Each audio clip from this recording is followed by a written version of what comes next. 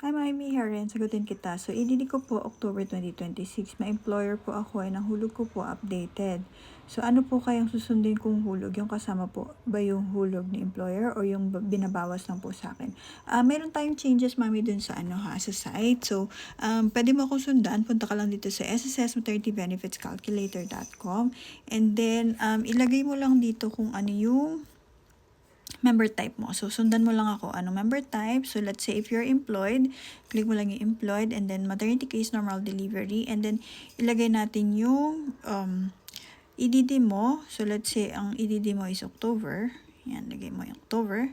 And then, show qualifying period. So, dito, kung underemployed ka, meron na tayong options po dito. Kung hindi nyo kabisado, let's say, for example,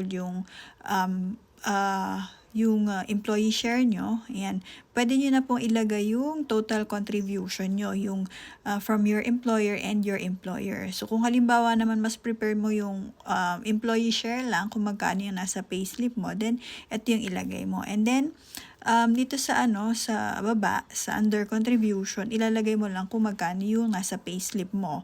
Kung halimbawa mas prepared mo yung isa, yung total contribution, then ilagay mo lang dito yung total contribution and then yung magkano yung total amount, combined contribution ng employer mo at saka yung sa inyo.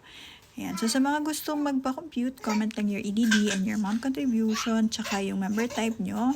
Or for self-computation, punta lang kayo sa ssmaternity-benefits-calculator.com. And mga mami just in case you need extra fund, I have a referral link dito. Click nyo lang yan, madadirect kayo kay Union Bank. So, wala po tayong dito commitment. Whether you're approved or not, pwede po kayong mag-fill up. So, just a reminder lang, if ever na ma-approve kayo and gagamitin nyo siya, make sure to settle it once kung halimbawa nagamit nyo siya. So, kailangan nyo rin po siyang bayaran. Yun.